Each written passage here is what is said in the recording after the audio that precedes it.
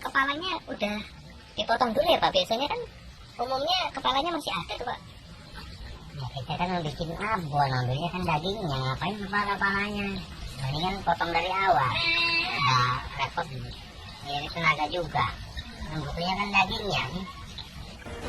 Lanjut, isi perut dan jeroan ayam dibersihin. Ayam dipotong jadi beberapa bagian. Katanya sih, biar lebih gampang pas proses pengolahan ayam nantinya. Tapi kelakuan si bapak ini ada aja yang bikin dahi mengkerut. Lihat aja cara motongnya. Masa langsung dipotong di atas lantai? Mending kalau bersih. Tuh, lumutan cuy. Ampun dah. Ini kalau kayak gini udah selesai semua berarti Pak? Udah ini, selesai ini. Tapi kalau bikin abon tuh memang sebanyak ini Pak?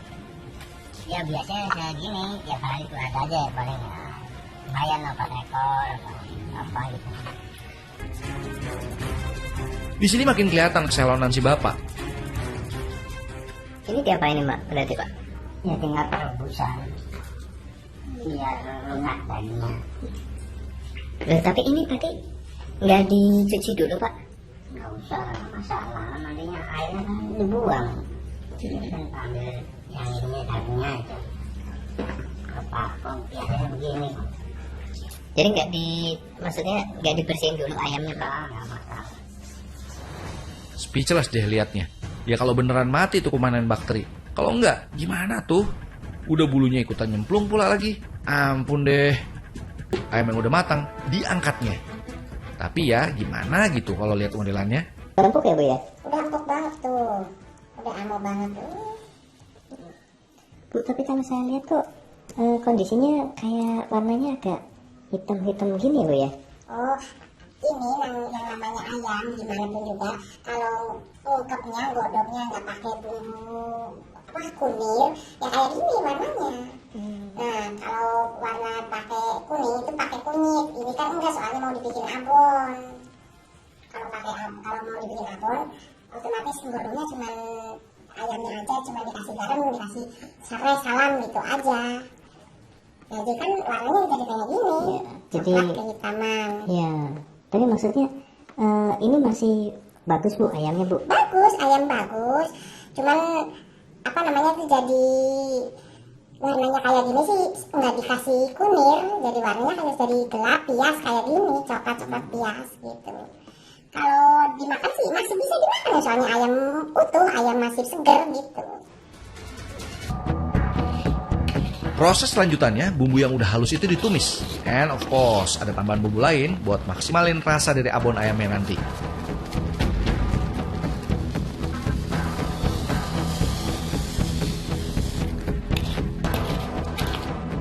Beres nih bumbu, terus geser ke daging ayam yang telah ditiriskan.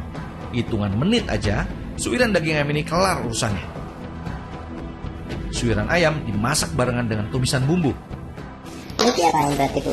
Ini itu dulu dicampurin sama bumbunya dulu. Baru kalau udah campur kasih minyak. Jadi kayak digongso dulu ya Bu? Iya. Ada digongso. Lagi serius ngeliatin proses masak abon, ada aja kelakuan tukang masak yang bikin kita ngedadak melotot. Itu apa Bu yang dimasukin Bu? Oh, garam. Garam tambahan. Bedanya tadi udah pakai garam tuh Bu? Tidak, cuma ini kan garamnya beda. Jadi ini namanya garam apa ya? Garam spesial lah untuk masak gitu. Garam apa Bu? Garam spesial buat masak. Tapi memang harus pakai ini ya Bu ya? Ya supaya enak ya pakai ini. Jadi ini sengaja dimasak kayak gini biar bumbunya meresap ya Bu ya? Iya. Nanti kalau supaya cepat digorengnya, pakai minyaknya tuh cepat. Nggak terlalu lama. Suiran daging ayam lanjut digoreng bareng minyak sayur.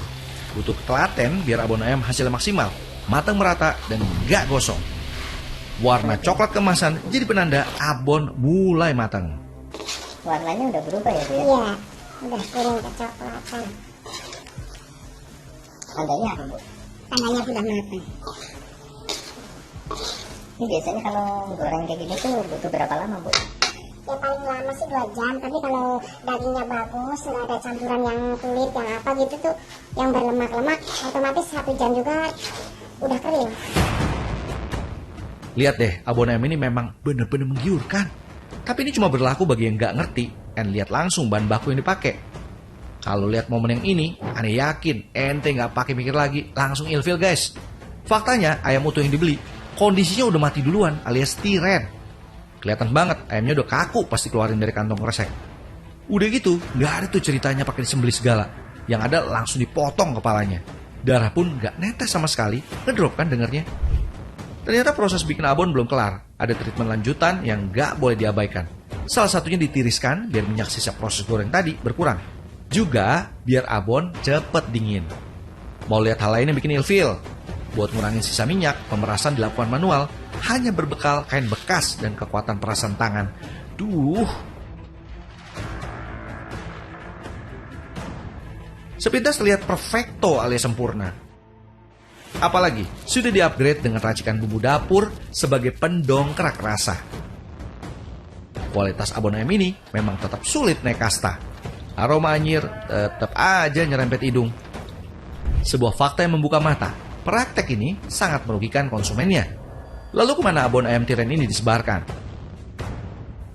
Sistem titip rupanya. Abon ayam disebar lewat jalur pasar tradisional. Terus, kalau bahan abon ayam asalnya dari ayam bangkai, beresiko gede nggak sih buat kesehatan? Ketika ayam sudah menjadi bangkai itu proteinnya akan terdenaturasi, gitu ya, akan terdekomposisi. Proteinnya akan terdekomposisi, kemudian akan menghasilkan senyawa amonia yang itu menghasilkan bau begitu. Biasanya kan ayam bangkai itu kan baunya bau busuk begitu.